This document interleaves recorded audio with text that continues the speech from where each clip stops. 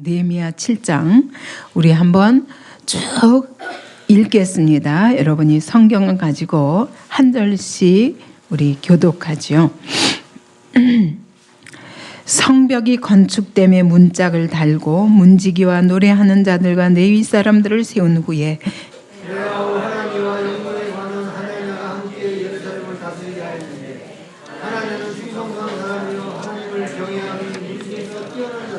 내가 그들에게 이르기를 해가 높이 뜨기 전에는 예루살렘 성문을 열지 말고 아직 파수할 때에 곧 문을 닫고 빗장을 지르며 또 예루살렘 주민이 각각 자기가 지키는 곳에서 파수하되 자기 집 맞은편을 지키게 하라 하였노니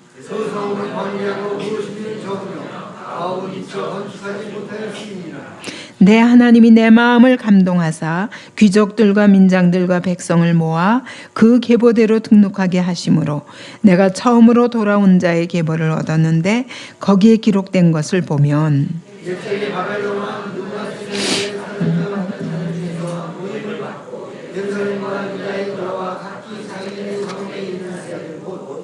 스룹바벨과 여호수아와 느헤미야와 아사랴와 라마와 나하마니와 모르드게와 빌산과 미스베렉과 비그웨와 느훔과 바나와 함께 나온 이스라엘 백성의 명수가 이러하니라.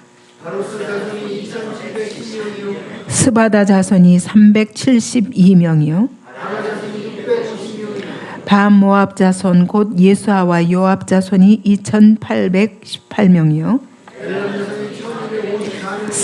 사뚜 자손이 845명이요 빈누이 자손이 648명이요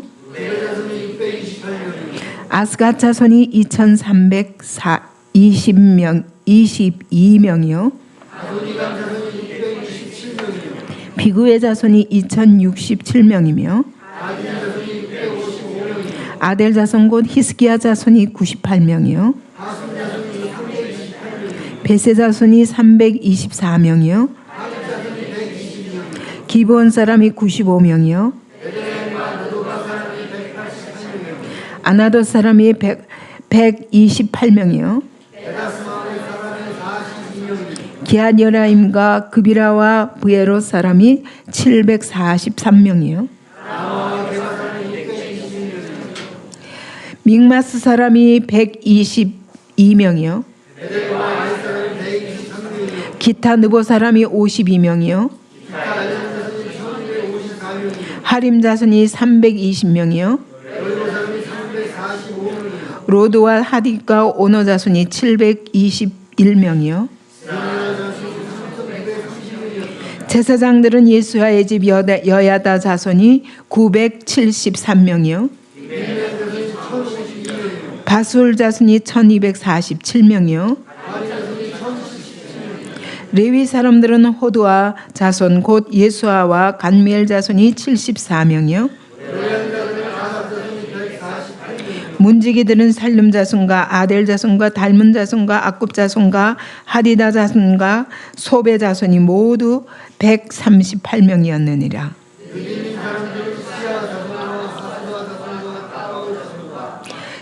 게로스 자손과 시아 자손과 바돈 자손과 하난 자손과 깃델 자손과 가할 자손과 갓삼 자손과 우사 자손과 바세바 자손과 박북 자손과 하그바 자손과 할훌 자손과 바루고스 자손과 시스라 자손과 데마 자손과 솔로몬의 신하의 자손은 소대 자손과 소베렛 자손과 브리다 자손과 스바다 자손과 핫딜 자손과 보게렛 하스바임 자손과 아몬 자손이니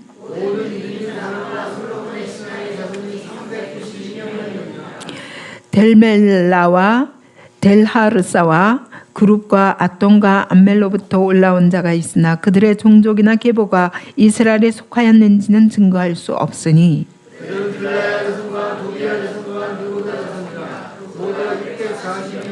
제사장 중에는 호바야 자손과 학고스 자손과 바르실레 자손이니 바르실레는 길르앗 사람 바르실레의 딸 중에 하나로 아내를 삼고 바르실레의 이름으로 불린 자라. 이 사람은 대원이여 자기 몸을 찾아서 찾지 못하였으므로 그들을 부정하게 여겨 총독이 그들에게 명령하여 우림과 둠밈을 가진 제사장이 일어나기 전에는 지성물을 먹지 말라 하였느니라. 그 외에 노비가 7,337명이요 그들에게 노래하는 남녀가 245명 있었고 낙태가 435마리요 나귀가 6,720마리였느니라.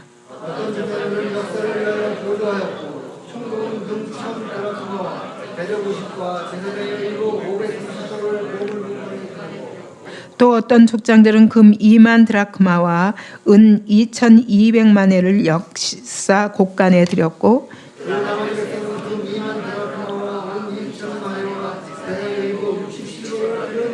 다 같이 이와 같이 제사장들과 레위 사람들과 문지기들과 노래하는 자들과 백성 몇 명과 느디님 사람들과 온 이스라엘 자손이 다 자기들의 성읍에 거주하였느니라.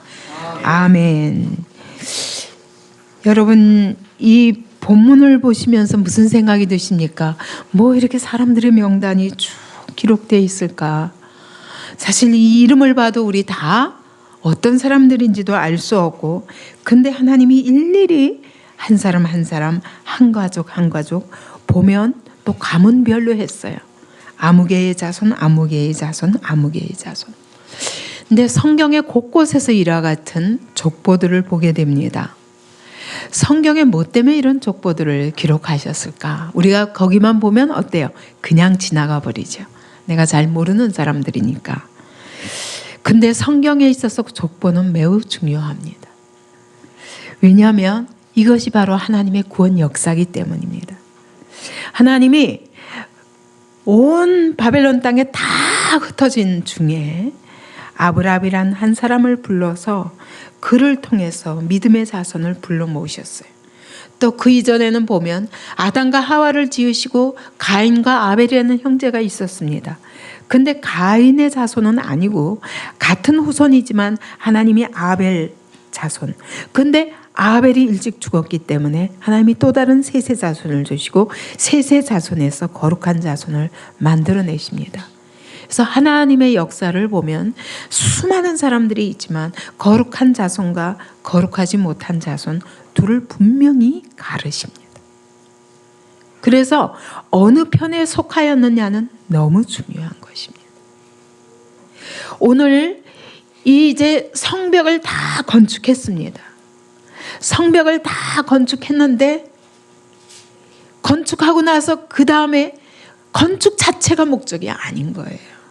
왜냐하면 너무너무 오랫동안 여기는 이방 사람들이 차지하고 있었습니다. 왜냐하면 바벨론 포로로 잡혀가고 나서 140년 동안이나 예배가 끊겼어요. 성전은 다 해파되었습니다. 이스라엘 백성들은 곳곳에 포로로 흩어졌고 포로에서 70년 만에 돌아왔지만 성전 건축을 완전히 하지도 못하고 회복을 하지 못하면서 다 흩어져서 소망을 가지고 왔어요. 바벨론 포로에서 돌아왔다는 것만 해도 엄청난 믿음입니다. 왜냐하면 이미 70년 동안에 그 땅에서 비록 포로의 신세지만 거기서 나름대로 안정하고 거기서 나름대로 지위를 얻고 생각해 보세요. 모르드게나 에스라나 에스라가 아니라 에스더나 이런 사람들 올 필요가 없어요. 다니엘도 이미 나이 들었고 거기서 아주 고위층에 있으면서 자리를 안정적으로 그 생활에 익숙한 사람들이 돌아올 필요가 없어요. 근데 그 모든 것을 버리고 돌아왔다는 것 자체가 엄청난 믿음입니다. 그러나 돌아왔는데 돌아와 보니까 예루살렘 성은 이미 70년 이상 황폐해서 그 여기에 누가 차지하고 있냐? 이방 사람들이 와서 다 그 땅을 차지하고 성은 회파되고 그리고 그냥 이방 사람들이 막 살고 있는 거예요. 그 예루살렘 성전이라는 것이 다 성벽도 무너지고 성전도 다 불타버렸기 때문에 거기서 살 수가 없어요. 그러니까 할 수 없이 여기저기 흩어진 거예요. 그러다 보니 여기 중간에 보면 제사장들이 이방 여인들과 결혼했다는 얘기가 있습니다. 그럴 수밖에 없는 게 여기저기 흩어지다 보니 거기서 만날 수 있는 사람들, 모압 여인이든 암몬 여인이든 이방 여인들과 그냥 결혼해버리는 거예요. 사명이 있는 사람들이에요. 하나님 나라 사명을 붙잡고 이제까지 그 하나님의 약속, 예레미야를 통해서 70년 만에 이 땅에 회복하리라 하는 약속을 붙잡고 왔지만, 그러나 와보니 현실은 아닌 거예요. 여러분, 오늘 우리가 신앙생활 하는데 왜 여러분 괴롭습니까? 하나님 말씀은 맞아요. 하나님의 말씀은 영원한 말씀이에요. 내 이 말씀대로 살아야 돼요. 그러나 현실은 그렇지 않은 거예요. 그랬을 때 여러분 어떤 것을 택하십니까? 마찬가지예요. 이 사람들도 돌아왔지만, 그러나 돌아왔을 때 믿음을 지킬 수 있는 환경이 준비되어지지 않았습니다. 그 예루살렘에 돌아오고도 70년 이상 아무것도 할 수 없는 채로, 성벽도 무너진 채로, 성전도 회복되지 않은 채로, 그러니까 총 140년이 황무한 땅인 것입니다. 그래서 성벽 건축은 했지만 이 성 자체가 뭐예요? 이미 사는 사람이 없어요. 그리고 예배를 지킬 수가 없어요. 사람이 준비되지 않은 것입니다. 성경의 족보는 매우 중요합니다. 왜냐하면 그 계보인 거예요. 믿음의 계보. 그러니까 이 느헤미야가 성벽을 일단 건축했으나 그 많은 어려움을 뚫고, 여러분, 하나님의 일은 절대로 쉽지 않습니다. 우리가 줍 하나를 튕겨서 그대로 계산해서 그대로 될 수 있는 일이면 왜 이렇게 싸움이 있겠습니까? 그리고 세상의 일은 그렇게까지 어렵지 않습니다. 왜냐하면 원수가 없기 때문이에요. 모든 사람이 같은 목표, 같은 길을 향해서 같은 원리로 살기 때문에 큰 싸움이 없습니다. 근데 하나님의 말씀대로 산다는 것은 이 세상 원리와 전혀 다르게 살아야 되기 때문에 여기는 말할 수 없는 어려움이 있습니다. 같은 믿는 사람끼리도 갈등이 많습니다. 근데 더군다나 원수가 가만 내버려 두지 않습니다. 왜냐하면 하나님 나라가 부흥하는 꼴을 절대로 볼 수 없는 원수가 분명히 있기 때문입니다. 그래서 하나님의 일은 반드시 방해가 있고 고난이 있고 음모가 있고 심지어 암살하려는 그런 괴계도 있습니다. 오죽하면 사도 바울이 그랬어요. 내가 마치 사형 선고를 당하는 것과 같았다. 나 이제 죽는 줄 알았다는 거예요. 근데 그때 또 넘기더라. 알고 보니까 죽은 자를 살리시는 하나님만 의뢰하게 하기 위하여 하나님이 허락하신 고난이더라. 이런 것들을 하나님의 위로로 넘기면서, 그러면서 나도 오늘 환난 가운데 있는 자들을 위로해서 그를 일으킬 수 있는 힘이 생겼다 라고 고린도후서 1장에서 바울이 고백합니다. 여러분, 그렇기 때문에 하나님의 일하면서 어려움을 만나면 낙심하지 마십시오. 저도 수없이 낙심합니다. 수없이 가슴이 아픕니다. 수없이 눈물을 흘립니다.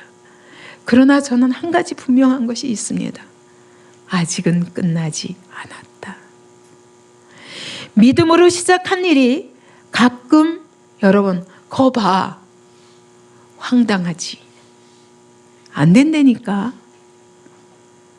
근데 여러분, 황당한 것은 안 될 수 있습니다.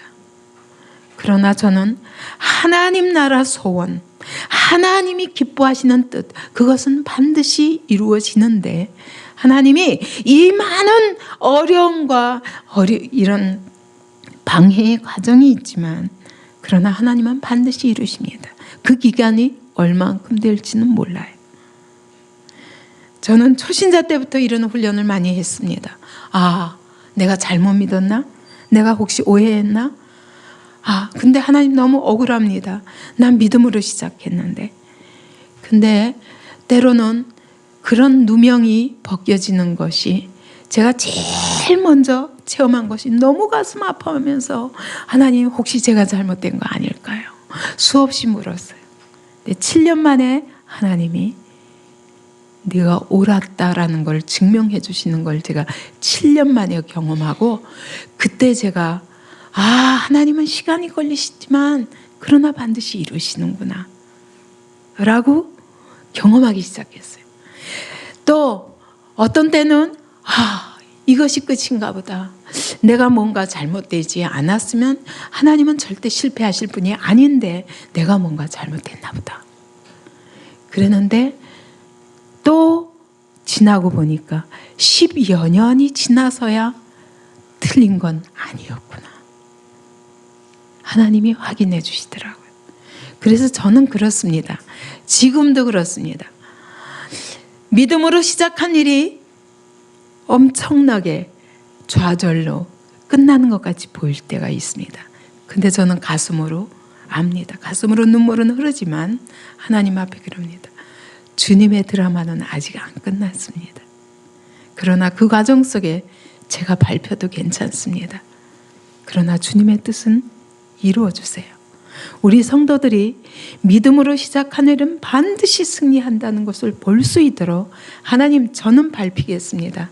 그러나 주님 시작하신 일은 반드시 이루어 주시옵소서. 지금도 저의 기도는 변함없습니다. 저는 하나님 앞에서 낙심하지 않습니다.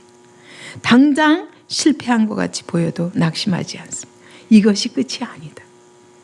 주님은 그 다음에 준비하신 일이 있다. 저는 미련해도 좋습니다. 왜냐하면 정말 하나님은 신실하시기 때문입니다. 근데 하나님의 시간과 내 시간이 틀릴 수 있다는 것을 인정해야 됩니다. 그렇다면 반드시 이루어지는 것입니다. 그래서 이 시간을 잘 믿음으로 인내하는 것이 중요하다. 그게 바로 욥기 아닙니까? 욥에게는 참 다행하게도 그에게는 긴 시간은 아니었습니다.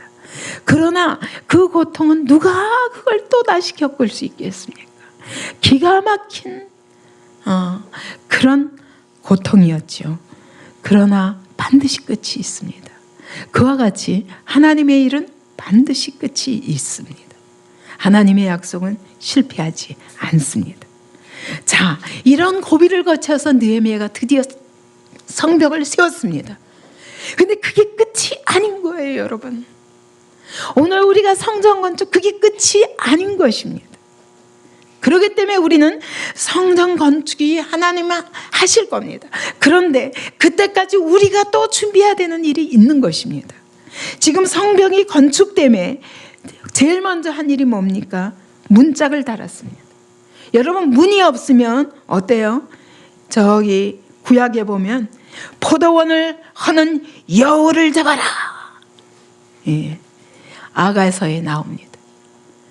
여러분, 하나님의 집을 해방하는 여우를 잡아라. 누구의 문짝을 달지 않으면 여우가 마음대로 드나듭니다. 그래서 제가 생각해 봤어요. 그러면 오늘 교회에 있어서 이 문짝은 무엇일까? 라는 생각을 해봤어요. 그 문짝을 달고 문지기를 세웠습니다.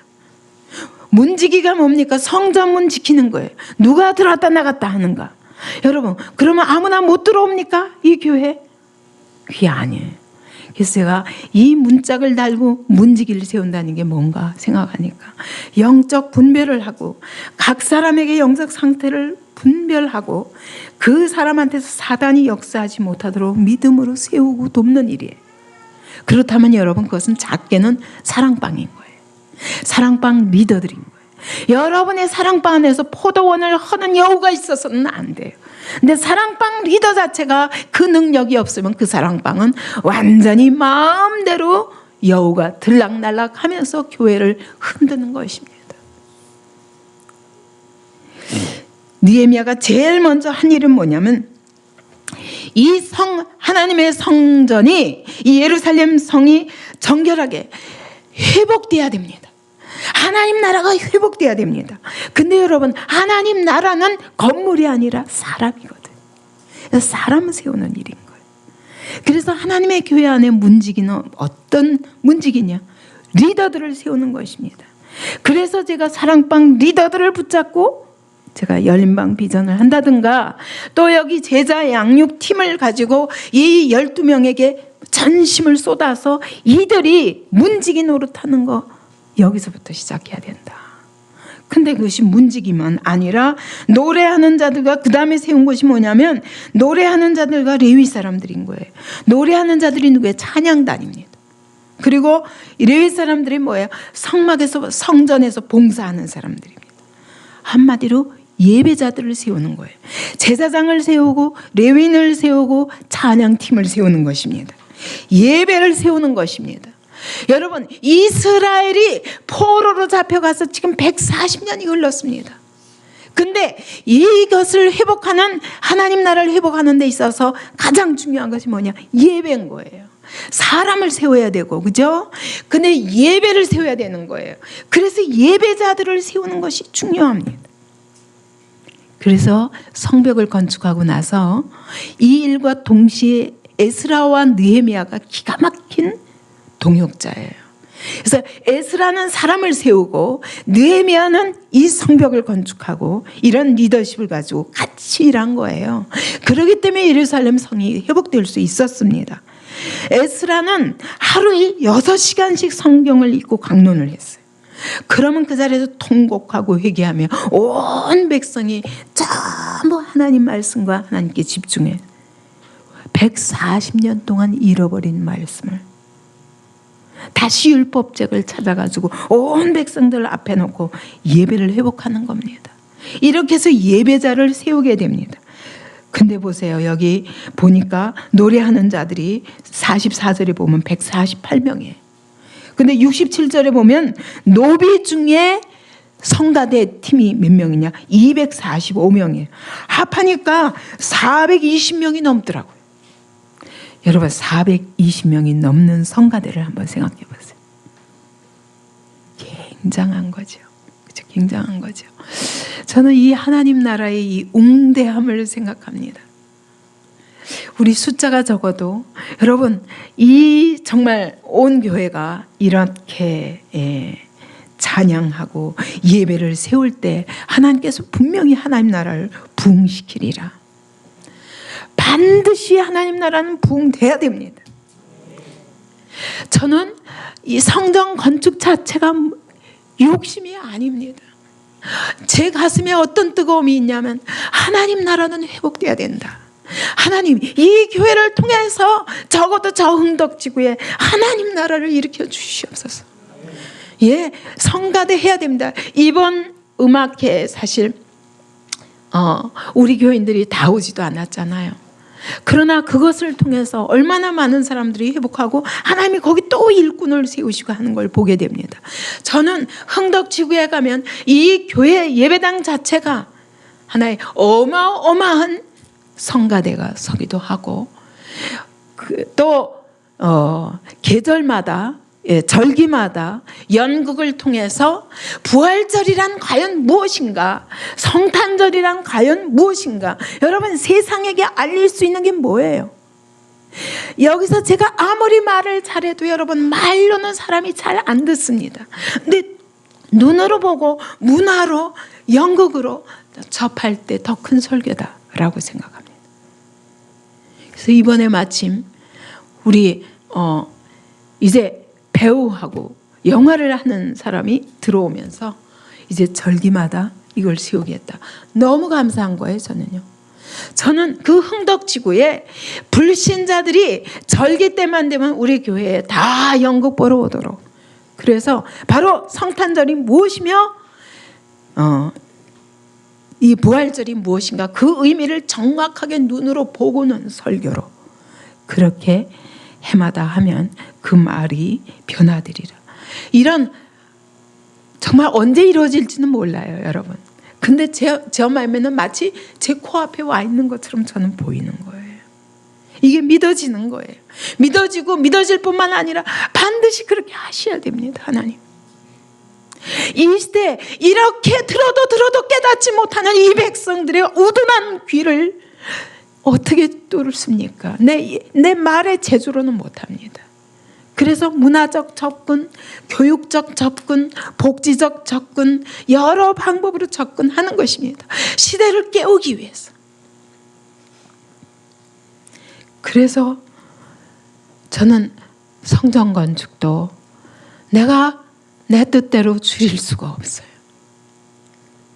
그냥 가슴에 눈물을 흘리면서 저는 주님 앞에 기도합니다. 주님, 저는 가진 것이 없지만 주님이 이 시대를 살려야 됩니다. 이 작은 마을도 못 살리면 어떻게 시대를 살립니까? 하나님, 제가 믿음으로 시작하는데 하나님이 축복해 주세요. 이것은 저의 욕심이 아닙니다. 하나님 나라를 향한 욕심입니다. 하나님 나라는 반드시 부흥합니다. 하늘도 땅도 그분의 것입니다. 금과 은도 그분의 것입니다. 이 땅에 있는 보화 기가 다 그분의 것입니다. 주님의 영광을 위해서 사용해 주세요. 나는 집이 없어도 좋아요. 그러나 하나님의 성전은 축소하고 싶지 않습니다. 지금 가진 것 안에서. 그것이 제 마음입니다. 여러분, 느헤미야는 성벽을 건축한 것이 끝이 아닙니다. 여기다 무엇을 채워야 되는지, 중요한 것은 사람인 거예요. 중요한 것은 예배인 거예요. 예배가 살아야 되고 하나님 말씀이 살아야 되는 것입니다. 이번에도 캐나다 가는데 저는 그분들만 생각했는데 거기 한인교회들이 있대요. 근데 한인교회 가서 지난번에 우리 형제들이 얘기하는데 또 목사님 얘기를 했나 봐요. 그랬더니 어떤 분이 너무너무 목마르게 기다리고 있다고, 오시면 반드시 성경 공부 좀 가르쳐달라. 왜냐하면 나는 너무 전하고 싶다. 그래서 제가 그렇지, 그럼 그렇지, 하나님이 반드시 준비하신 사람이 있지. 내가 어디 가서 쉬랴. 이 복음을 안고 이 복음에 빚을 지고 내가 어디 가서 쉬랴. 그런 생각을 했습니다. 여러분, 이 시대는 너무너무 복음을 필요로 합니다. 느헤미야는 이와 같이 예배를 세우고 나서 그 다음에 2절에 보니까 내 아우 하나니와 영문의 간원 하나냐가 함께 예루살렘을 다스려야 하였다고 그랬어요. 여러분, 이 하나니는 1절에서도 나옵니다. 저기 수산궁에 있는 이 느헤미야에게 찾아가서 예루살렘의 이 기가 막힌 형편을 전한 사람이 바로 이 아우입니다. 그의 가슴에는 불타는 것입니다. 뿐만 아니라 4장에 보면, 4장 23절에 보면 그가 이 형 느헤미야와 함께 성전 파수를 위해 옷도 벗지 않고 잠도 같이 자지 않고 그리고 함께 성전을 파수했습니다. 5장에 보면은 12년 동안 그의 형제들도 아무 녹을 받지 않고 같이 헌신했습니다. 여러분, 오늘날 세습 어쩌고 저쩌고 합니다. 여러분, 우리 교회는 세습과 상관없는 것입니다. 중요한 것은 자격 없이 받는 것이 세습이고 사명 없이 받는 것이 세습이지. 여러분, 중요한 것은 이 생명의 복음을 누가 받았느냐가 중요한 것입니다. 이거는 혈통의 문제가 아닙니다. 누가 이 하나님 나라를 향한 가슴을 가졌는가가 중요한 것입니다. 왜 구약에서 여러분 아론의 자손, 레위 자손을 따로 족속으로 세웁니까? 여러분, 가문 대대로 음식도 몇 대를 하면 일본에서 100년만 하면 유명한 집 음식점이 되는데, 여러분 하나님 나라를 받는데 그렇게 쉽게 받아지는 건 줄 압니까? 피를 흘리고 선조들의 기도를 통해서 몇 대가 쌓여야 이것이 이루어진다는 걸 저는 압니다. 내가 일대기 때문에 얼마나 이제까지 눈물 흘리며 이 자리까지 왔는지 모릅니다. 중요한 것은 혈통의 문제가 아닙니다. 누가 이 하나님 나라를 받았느냐, 누가 그 가슴에 이 하나님 나라를 부어줬느냐, 누가 이 복음을 하나님이 부어주시는 복음을 받았느냐가 중요한 것입니다. 하나니가 비록 느헤미야의 동생이지만, 그렇기 때문에 동생이기 때문에 하나님 나라 받지 말아야 됩니까? 여러분, 하나님의 교회가 세상 논리에 휩쓸리는 거, 이것처럼 한심한 일이 없습니다. 목사들까지도 중심을 잃어버리는 것입니다. 하나님 나라가 그렇게 신학교 나온다고 받아집니까, 여러분? 학습한다고 되어집니까? 투표에 의해서 사람들이 뽑는 것입니까? 하나님이 세우시는 것입니다. 바로 하나니와 하나냐가 그런 가슴을 가진 사람들이기 때문에 느헤미야는 그들에게 맡깁니다. 예루살렘을 다스리도록 합니다. 이것은 느헤미야의 소관이 아니라고 분업을 하기 시작하는 것입니다. 그들은 충성스러운 사람이라고 그랬어요.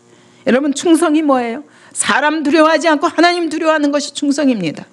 하나님 앞에 충성하는 사람은 사람 두려워하지 않습니다. 사람의 눈치 보는 사람이 아닙니다. 하나님 앞에서, 그 임재 앞에서 일하는 사람인 것입니다. 진실한 사람이 아니면 충성스러울 수가 없습니다. 사람의 아첨에 이렇게 휘둘리고 저렇게 휘둘리는 사람은 아닙니다. 하나님을 경외함이 무리 중에서 뛰어난 자라. 결국 하나님이 세우시는 거예요. 내가 그들에게 이르기를 해가 높이 뜨기 전에는 성문을 다 열지 마라. 얼마나 철저히 지키는지 몰라요. 왜요? 아직은 이 성벽을 다 쌓았다 그래서 저절로 파수가 되는 게 아니에요. 사람을 세우고 이 도시 전체가 하나님의 말씀과 하나님의 사람들로 채워지기 전에는 안 되는 것입니다. 그 다 지키게 했어요. 4절에 보니 그 성읍은 광대하고 그 주민은 적음이요. 성읍은 큰데 비해서 주민이 없어요. 그러니 지킬 방도가 없어요. 그러니까 문 꼭꼭 닫아놓고, 성전문을 닫아놓고, 그리고 해가 뜨기 전에는, 사람들이 있기 전에는 절대로 열어놓지 않는 것입니다. 그래서 가옥은 미처 건축하지 못하겠다. 여러분, 모든 성도들이 성벽부터 건축한 거예요. 저는 제가 지금까지 후회하고 있는 것이면, 제가 맨 처음에 이 수지에 왔을 때 어떻게 하면 성전 부지를 찾을까, 발이 닳도록 저 고길이부터 시작해서 엄청 다녔습니다. 근데 결국은 못하고 집을 먼저 지은 것이 저에게는 너무너무 가슴 아픕니다. 지금도. 그때 짓지 말았었더라면. 나는 이 이상 클 생각을 안 했기 때문에 내 그릇으로는 이 이상 절대로 키울 수 없다. 난 12명만 키워도 족하니까 라고 생각했지, 하나님의 계획을 미처 알지 못했기 때문에 집을 먼저 지은 것이 저는 너무너무 가슴 아픕니다. 저는 집을 허물어서라도 성전을 짓고 싶은 거예요. 그러나 가족이기 때문에 제 마음대로 되지는 않습니다. 여러분, 모든 백성들이 가옥은 미처 건축하지 않은 채로 성벽 건축을 했던 거예요. 5절 보니까 내 하나님이 내 마음을 감동하사 했어요. 그 다음에 또 하나님이 느헤미야에게 시키시는 일이 있었던 것입니다. 그게 뭐냐? 귀족들과 민장들과 백성을 모아 그 계보대로 등록하게 하심으로. 이게 무슨 말입니까? 족보를 세워야 되는 거예요. 믿음의 족보를 세워야 되는 거예요. 예루살렘 성을 채울 사람들을 뽑아내야 되는 거예요. 그런데 하나님이 감동하셔서 그 계보대로 등록하게 하심으로 모든 귀족들과 민장들이 다 인구조사가 시작된 겁니다. 족속별로, 가족별로 전부 인구조사하는 거예요. 근데 이 인구조사는 달라요. 다윗의 인구조사는 사단이 격동해서 했어요. 왜? 자, 우리 이제 이스라엘 백성 얼마나 되나 숫자를 좀 세어보자. 우리가 얼마나 강대한 민족이 되었나. 이것이 동기였지만 이거는 그게 아니에요. 그 계보대로 등록하게 한다. 이 얘기는 뭐냐? 족보를 찾아내는 거예요. 믿음의 족보를 찾아내는 거예요. 오늘 교회 안에 많은 식구들이 있어도 여러분, 이 믿음의 족보가 중요합니다. 하나님은 이런 사람들을 찾아내십니다. 이런 사람들로 예루살렘 성을 채우기를 원하시는 거예요. 그래서 그가 내가 처음으로 돌아온 자의 계보를 얻었는데, 이게 무슨 말이냐? 바벨론 포로에서 첫 번째 귀환한 사람들의 계보를 찾았다는 거예요. 왜 계보를 찾아야 됩니까? 이 사람들은 어디 갔습니까? 아까 얘기한 대로 느헤미야가 오기 70년 전부터 첫 번째 귀한 자들이 왔는데 와서 황무한 거예요. 성전도 없어요. 아무것도 할 수가 없었어요. 그래서 제사장들마저도 다 여기저기 흩어져 버렸어요. 그래가지고 멀리 사는 바람에 이 성벽 재건을 하는데도 참여하지 못한 첫 번째 귀한 자들이 있었던 거예요. 그들의 족보를 찾아내는 거예요. 이것이 성령의 감동입니다. 여러분, 우리가 영화를 봐도 쫙 영화 다 끝나고 나면 어때요? 한 편 끝나고 나면 등장인물은 몇 명 안 돼도 그 뒤에 스텝진들이 새까맣게 나옵니다. 근데 거기도 기록 안 된 수많은 사람들이 영화 한 장면을 찍기 위해서 그렇게 대동이 되는 것처럼 여러분, 하나님 나라를 세우는데도 이렇게 하나님 나라를 세우는 사람들의 족보가 있는 거예요. 하나님이 그 족보들을 찾아내기 원하시는 거예요. 각각 흩어져서 어디 가서 산다 할지라도 하나님은 믿음으로, 여러분 처음에 그 믿음의 용기를 가지고 바벨론 땅의 모든 안정을 70년 동안 안정한 삶을 다 버리고 여기에 이 땅에 돌아온 사람들은 얼마나 하나님 나라를 사모하며 왔겠습니까? 왔으나 아무것도 할 수 없었어요. 그래서 각각 따로따로 살고 있지만 하나님은 찾아내시는 거예요. 그들의 그 믿음을 인정하시는 거예요. 믿음으로 온 것 자체를 인정하시는 거예요. 6절에 보니까 바벨론 왕 느부갓네살에게 사로잡혀 갔던 자들 중에서 노임을 받고 예루살렘과 유다에 돌아와 각기 자기들의 성읍에 이른 자들 곧 하고 쭉 나옵니다. 근데 66절에 보니까 총 합하니까 42,360명. 전부 첫 번째 바벨론 귀한 자가 42,360명이에요. 근데 여러분, 처음 출애굽 때 몇 명이었죠? 전부 합하면 200~300만이었거든요. 그죠?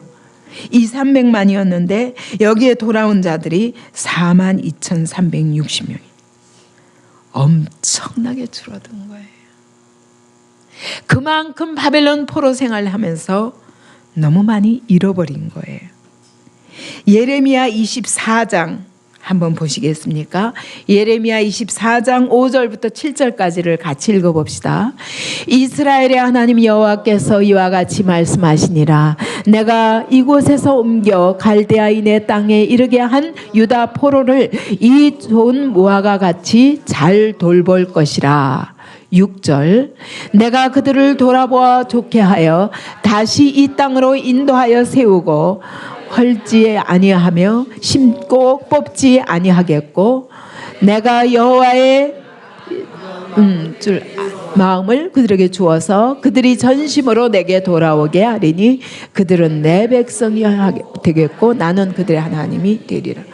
여러분, 이게 바벨론 포로에서 이 42,000여 명들이 돌아왔다는 것은 하나님의 은혜였다고 예레미야가 기록하는 거예요. 이미 예언하신 바예요. 여러분, 우리가 돌이키는 것도 우리 마음대로 되는 게 아니에요. 하나님의 은혜를 받아야 되는데 이것이 바로 바벨론 첫 번째 포로 귀환한 사람들의 부으신 하나님의 은혜였고 하나님이 그것만으로 돌아온 것만으로도 인정하시는 것입니다. 그때 12명의 지도자가 있었어요. 여기를 그들을 끌고 오는데 12명의 지도자가 있었는데 7절 보십시다. 수룹바벨과 예수아와 느헤미야와 아사랴와 라마와 나하마니와 하고 쭉 12명이 나옵니다. 이들과 함께 나온 이스라엘 명수가 이러하니라 하고 쭉 명단이 나오는데 전부 아무개 자손, 아무개 자손, 아무개 자손, 아무개 자손. 이들의 이름을 보면 그래요. 엘람은 높은 지대, 사또는 사랑스럽다. 또 아스갓 그러면 하나님은 강하다. 또 삭게 그러면 여호와께서 기억하셨다. 비그웨 그러면 하나님이 행복하게 하셨다. 이들의 이름이 다 하나님으로 인하여 행복하고 하나님으로 인하여 하나님이 나를 기억하셨다. 하나님으로 인하여 사랑스럽다. 하나님이 그를 높이셨다. 우리 하나님은 강하시다. 전부 이런 이름들인 거예요. 그러니까 이 믿음의 가문들인 거예요. 이 믿음의 가문들이 한 가문에 1,000몇백 명씩, 수백 명씩, 또 때로는 2,000몇백 명씩 이렇게 전부 나오게 되는데 24절까지가 전부 가문의 이름이에요. 여러분, 믿음의 가문을 이루시기 바랍니다. 여러분, 이 가문이 중요한 겁니다. 이 가문은 어디서부터 되냐? 믿음의 결혼으로부터 되는 거예요. 제가 우리 청년들에게 빨리 하는 것보다 더 중요한 것은 여러분 진정한 믿음의 가문을 이루는 것입니다. 그렇지 않으면 여러분 이 한 가정이 복음 안에 돌아오는데 20, 30년 여러분의 세월은 헛되게 흘러가게 돼 있어요. 믿음의 가문들은 전부 그 포로 생활 중에도 소망을 가졌어요. 우리 하나님은 강하시다. 우리 하나님 때문에 우리는 행복했다. 우리 하나님이 우리를 높이셨다. 온갖 고백이 그들의 이름 속에서 나타납니다. 그랬는가 하면 25절부터 보면은 그 다음에는 지역 이름이 나와요.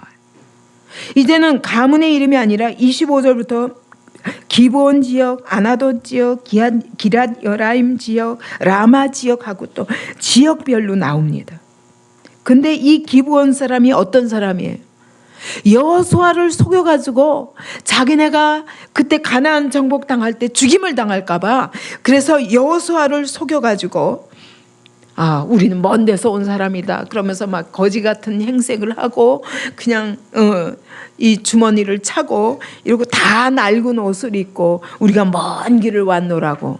그러니까 여호수아가 속고 데려왔잖아요. 그걸 안 싸우고 그들을 받아들였는데 나중에 보니까 바로 옆에 지역이야. 이렇게 속이고 들어와서 거기서부터 한 일이 뭐냐면 이스라엘 사람들을 위해서 나무를 패고 물 깃고 하는 종로로 탄 사람들이에요. 근데 여기 보십시오. 그들이 기브온 사람들이 95명이라고. 95명이요. 아나돗 사람, 여기는 예레미야 출신지인데 예레미야를 핍박해가지고 예레미야를 구덩에다가 막 집어넣으려고 했던 사람들이라고. 그렇지만 거기서도 128명이요. 기랏 여라임, 여기는 바알 숭배 지역입니다. 그런데 거기서도 거기 사람들도 더라. 여러분, 지역의 문제가 아니라 결국 사람의 문제인 거예요. 거기서 믿음의 사람들이 또 신분이 중요한 게 아니에요. 종이냐 주인이냐 부자냐 지식인이냐 이런 게 중요한 게 아니라 어떤 일을 한다 할지라도 이 하나님 나라에 함께 하게 된 사람들인 거예요. 이게 축복인 것입니다. 그러면서 쭉 나오다가 그 다음에 여기서부터 39절에서부터는 제사장의 이름이 나옵니다. 제사장들은 예수야의 집 여다야 자손이 973명이요. 임멜 자손이 얼마요? 바수일 자손이 얼마요? 이 바수일이 바로 예레미야를 죽이려 해 구덩이에다 집어넣었던 사람이에요. 근데 그 자손이 그래도 회개하고 돌아온 거죠. 하림 자손이 이거예요. 여러분, 제사장 반열이 몇 반열이죠? 모두? 몇 반열이죠? 예? 성경을 많이 읽어야 나오지. 계시록에도 나오잖아요. 24반열. 그죠? 24반열 중에 지금 몇 가문이 돌아왔어요? 제사장들이 4가문만 돌아온 거예요. 이만큼 여러분, 우리가 하나님의 이름으로 시작했지만 끝까지 가는 게 이렇게 힘든 거예요. 제사장들이 분명히 거기 다 잡혀갈 때 하나님 나라 붙잡고 갔죠. 하나님의 약속 붙잡고 갔죠. 돌아온 사람들이 4가문밖에 없어요. 물론 1차 귀환 때 바벨론의 포로로 잡혀갈 때 끝까지 안 잡혀가고 하다가 죽임당한 사람들도 많았죠. 그래서 이 사람들이 4가문이 왔는데 총 4,289명이에요. 그러니까 아까 42,360명 중에 약 10분의 1가량이 제사장들인 거예요. 근데 이들이 와가지고 어떻게 지내냐? 에스라 10장 18절 19절 한번 보세요. 얼마나 타락했는지. 18절, 제사장의 무리 중에 이방 여인을 아내로 맞이한 자는 예수와 자손 중 요사닥의 아들과 그의 형제 메아샤다와 엘리에셀과 아림과 그달랴라. 19절 그들이 다 손을 잡아 맹세하여 그들의 아내를 내보내기로 하고 또 그 죄로 말미암아 수양 한 마리를 속건제로 드렸으며. 여러분 제사장들도 이 정도로 타락한 거예요. 할 수 없습니다. 세월이 지나면 예배 없이 말씀 없이 세월이 지나면 사명이고 뭐고 다 잃어버리는 거예요. 여러분 공동체가 없으니까 이스라엘 나라 자체가 무너졌고 예배가 없고 성전이 없으니까 어때요? 다 무너지는 거예요. 제사장들이. 그래서 결국 그들이 절대로 이방인들과 결혼하면 안 된다. 여호수아 끝에도 부탁이 그거예요. 너희 가서 절대로 이방 여인들과 결혼하지 말라. 느헤미야서에서도 끝에서 그거예요. 에스라서에서도 끝이 그거예요. 절대로 이방 여인들. 그래서 여기에 돌아온 사람들 중에 제사장의 허다한 무리가 이방 여인들과 결혼했기 때문에 전부 이혼시켜 버린 거예요. 다 이건 이혼이 아니에요. 왜냐하면 하나님이 결혼으로 합법화해서 보지 않으시기 때문에 다 쫓아버리는 거예요. 심지어 자기 아내가 조강지처가 있는데도 이방 여인들을 받아들이는 이런 타락이 행해지는 거예요. 여러분 공동체가 없으면 예배가 없고 말씀이 없으면 여러분 우리 개인은 세상을 이길 수가 없습니다. 아무리 어떤 사명자라도 그렇습니다. 그래서 하나님의 교회를 소중히 여겨야 되고 여러분 왜 이 안에 들어와서 아까 우리 박정배 목사님도 간증했듯이 함께 하는 것이 이렇게 큰 기쁨이 되는가. 나는 이래저런 사람 책임지려고 한 게 아닌데 여러분 누가 책임지려고 해서 이 자리에 나왔겠습니까? 전들. 근데 여러분 교회란 뭐냐? 생명과 생명으로 이어져 있기 때문에 서로를 책임지지 않으면 내가 존립할 수가 없어요. 여러분 이 팔이 살려면 여기 손과 다 이게 심장과 연결이 되어야지 여러분 나 혼자 심장 혼자 잘 살 수 있어요. 이 손 혼자 잘 살 수 있어요. 뭐 나 혼자 믿음 지킬 수 있어요? 없습니다. 공동체와 깊이 연결되어서 서로가 서로를 책임지는 관계가 아니면 교회는 건강할 수 없고 교회가 건강하지 않으면 나 개인의 믿음도 금방 무너지는 것입니다.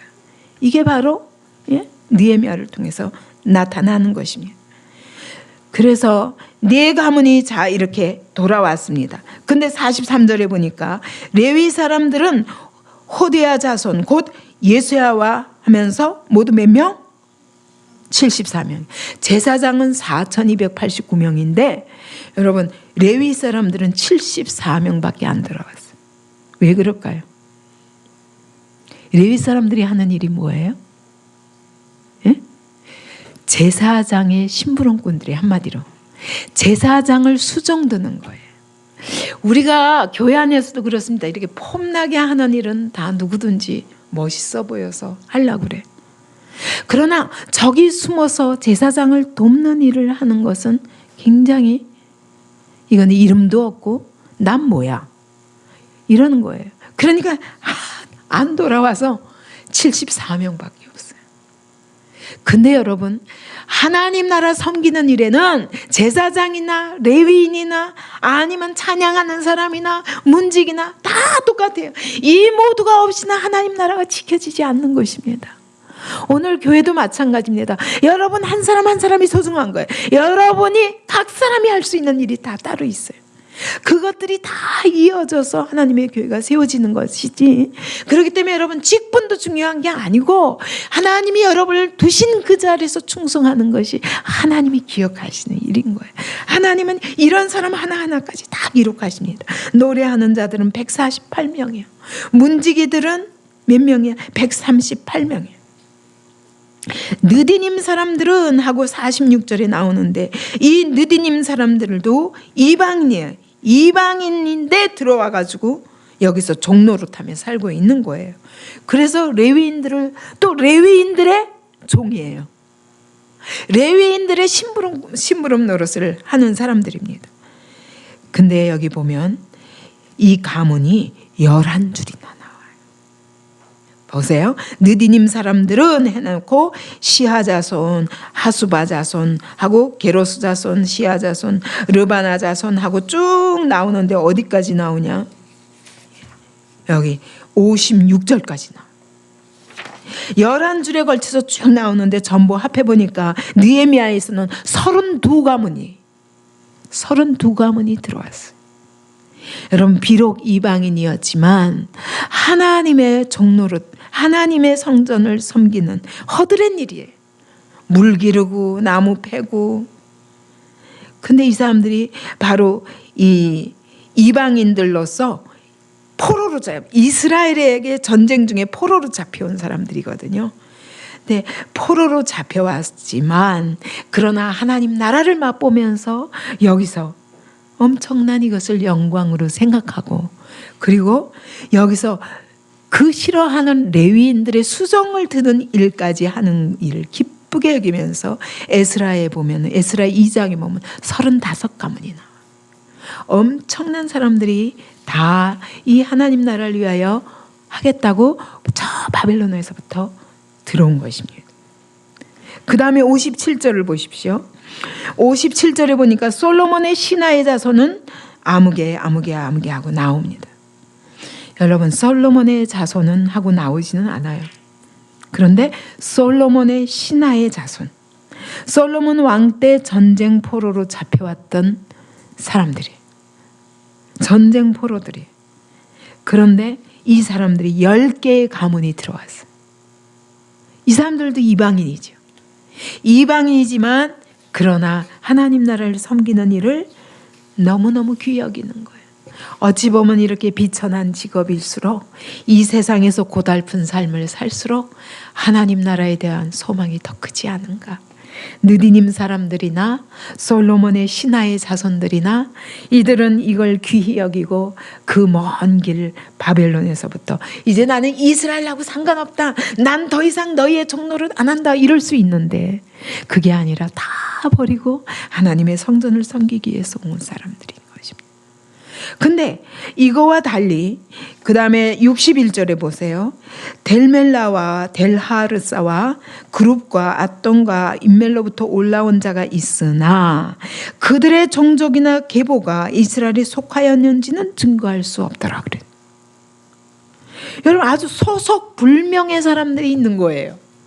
분명히 바벨론 포로에서 돌아오긴 돌아왔어요. 그들은 들라야 자손과 도비야 자손과 느고다 자손이다. 여러분, 도비야 자손이라는 것만 봐도 알죠. 이 사람들은 정체불명, 교회 안에 들어와 있어요. 오늘도 마찬가지입니다. 분명히 교회 다닌 지 오래됐어.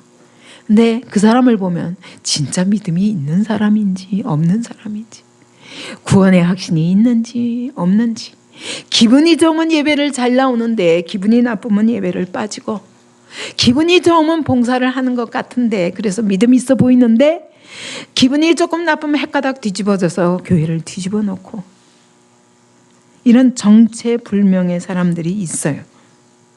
근데 그런 사람들이 모두 여기 62절에 보니까 642명이라고 그랬어요.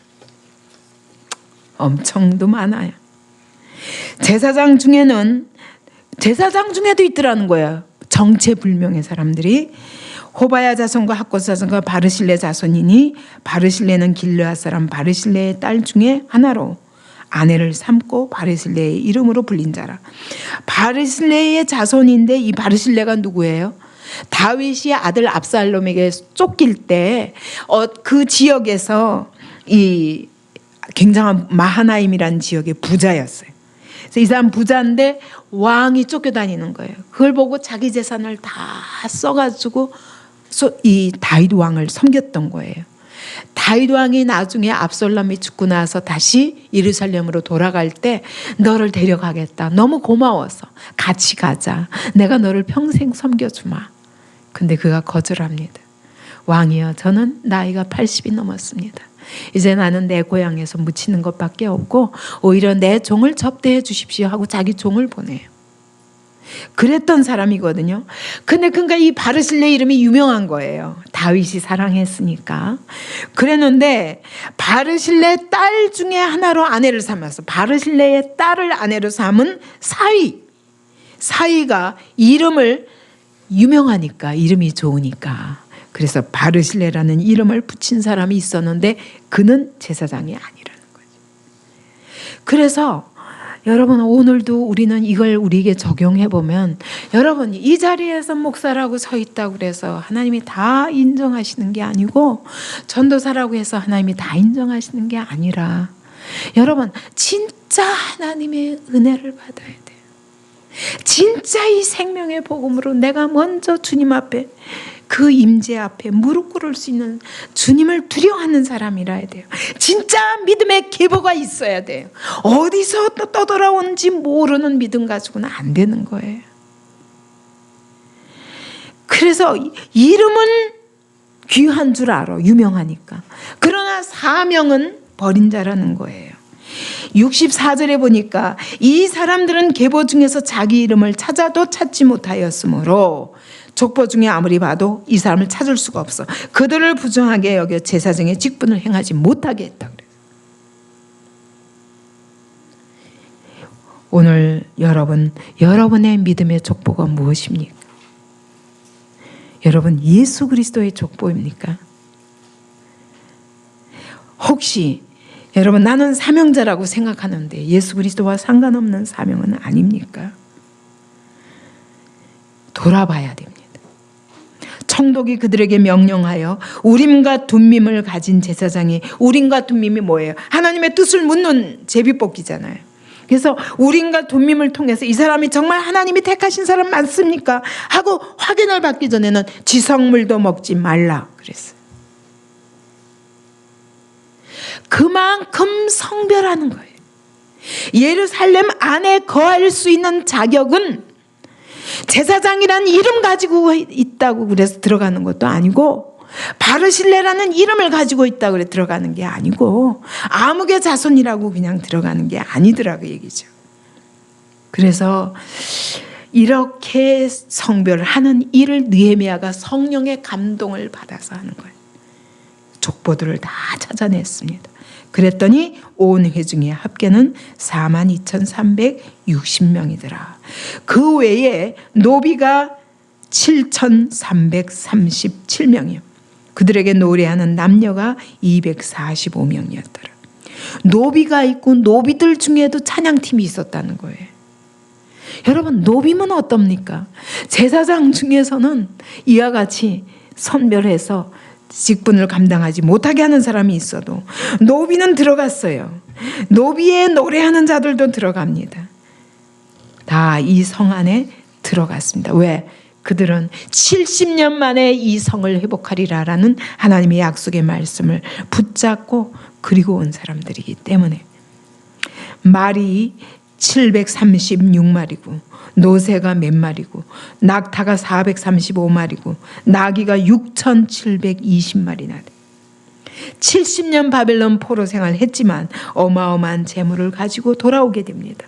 근데 여러분 애굽 때도 그랬어요. 이스라엘 백성들이 애굽 사람에게서 금은 보화를 다 얻어가지고 나옵니다. 그것 가지고 성전 건축하는 거예요. 그죠? 또 고레스 왕에게서 다 받아가지고, 느헤미야도 바로 아닥사스다 왕에게 다 받아가지고 그것으로 성전 건축하는 거예요. 자기는 청독비 받지 않고. 그러면서 이 모든 이것들을 다 예루살렘 성 안에 드리는 거예요. 어떤 족장들은 역사를 위하여 보조하였고, 이 성벽 재건을 하는 일에 보조하였고, 총독은 금 1,000드라크마와 그 다음에 대접 50가, 제사장의 의복 530벌을 보물 곳간에 드렸고, 다 받은 것들, 그 바벨론에서 벌어온 모든 것들 다 하나님이 주신 것이니 제일 먼저 자기 집도 짓기 전에 먼저 곳간에 드립니다. 또 어떤 족장들은 금 2만 드라크마와 은 2,200만회를 역사 곳간에 드렸고, 다 드리는 거예요. 그 나머지 백성은 금 2만 드라크마와 백성들도 금 2만 드라크마와 은 2천만회와 제사장의 의복 67벌을 드렸느니라. 이와 같이 제사장들과 레위 사람들과 문지기들과 노래하는 자들과 백성 몇 명과 느디민 사람들과 온 이스라엘 자손이 다 자기들의 성읍에 거주하였느니라. 이것은 눈에 보이는 이 땅의 예루살렘 성입니다. 그러나 나중에 오늘 우리는 다 새 예루살렘 성으로 들어갈 사람들입니다. 그러나 오늘 이 눈에 보이는 예루살렘 성, 여기는 완전한 성도 아닌데도 여기 들어가는데 이렇게 족보를 따지고 이렇게 믿음의 순수성을 따지면서 집어넣는데, 여러분 새 예루살렘 성에 들어가실 때 여러분은 어떤 자리에 있을까요? 오늘 여러분의 믿음에 대해서 하나님이 어떻게 점검하실까요? 우리 준비해야 됩니다. 준비해야 됩니다. 거기는 영원한 성입니다. 여기는 들어갔다가 다시 쫓겨날 수도 있고, 쫓겨났다가도 다시 들어갈 수 있습니다. 느디님 사람들처럼 비록 거짓말도 하고 예레미야를 핍박하고 죽이려도 했고 여러 가지 범죄를 했다 할지라도 하나님이 다시 받아들여 줄 수 있습니다. 그러나 우리가 들어가야 할 영원한 나라는 그런 나라가 아닙니다. 오늘 여러분 사람 앞에서 신앙생활 하지 마시고 살아계신 하나님의 임재 앞에서 우리의 믿음의 순수성을 점검하면서 하나님 앞에 나아갈 준비를 해야 될 것입니다. 오늘 이 하나님의 교회는 여러분 그것을 준비하는 곳입니다. 그래서 때로는 여러분 우리가 이렇게까지 믿어야 되나? 여러분 잘 하는 말이잖아요. 이렇게까지 해야 되나? 여러분 저는 그렇습니다. 여러분의 모든 지금 있는 그대로의 믿음도 하나님이 주신 믿음이기 때문에 귀히 여깁니다. 그러나 저는 이왕이면 여러분들이 더 아름답게, 그리고 확실히 하나님 앞에 거룩한 자손들로 인쳐지고, 그래서 여러분들이 거룩한 가문을 이루는 데까지 가는 걸, 그거 돕고 싶은 사람이에요. 여러분을 정죄하는 것이 아니라 어떻게 하면 여러분을 더 거룩한 하나님의 백성으로, 후회 없는 인생으로, 그리고 지금 여러분이 착각하는 것, 지금 당장 눈에 보이는 것, 내 것, 이것, 눈에 보이는 것, 이런 것들이 더 귀해 보이지만 그것보다 진짜 귀한 것은 이 하나님 나라 세우는 것입니다. 이 하나님 나라 세우는 일에 우리 함께 하지 않겠습니까? 여러분 우리를 통해서 이 하나님의 영광이 드러나고 마치 느헤미야와 이 어려운 모든 과정을 거쳐서 끝내 성벽 건축을 이루고, 그리고 드디어 하나님 나라가 다시 회복합니다. 이것은 하나님의 뜻이기 때문입니다. 오늘 우리가 회복하기를 원하는 것보다 하나님이 하나님 나라를 회복하기를 더 원하시고, 나는 하나님이 하나님의 나라가 부흥하기를 우리보다 더 원하신다는 걸 믿습니다. 그런데 우리가 그분을 제한하지 않기를, 하나님 혹시 내가 하나님 당신을 제한하지 않기를, 나의 작은 마음 때문에, 작은 그릇 때문에 그렇지 않기를 바라며 기도합니다.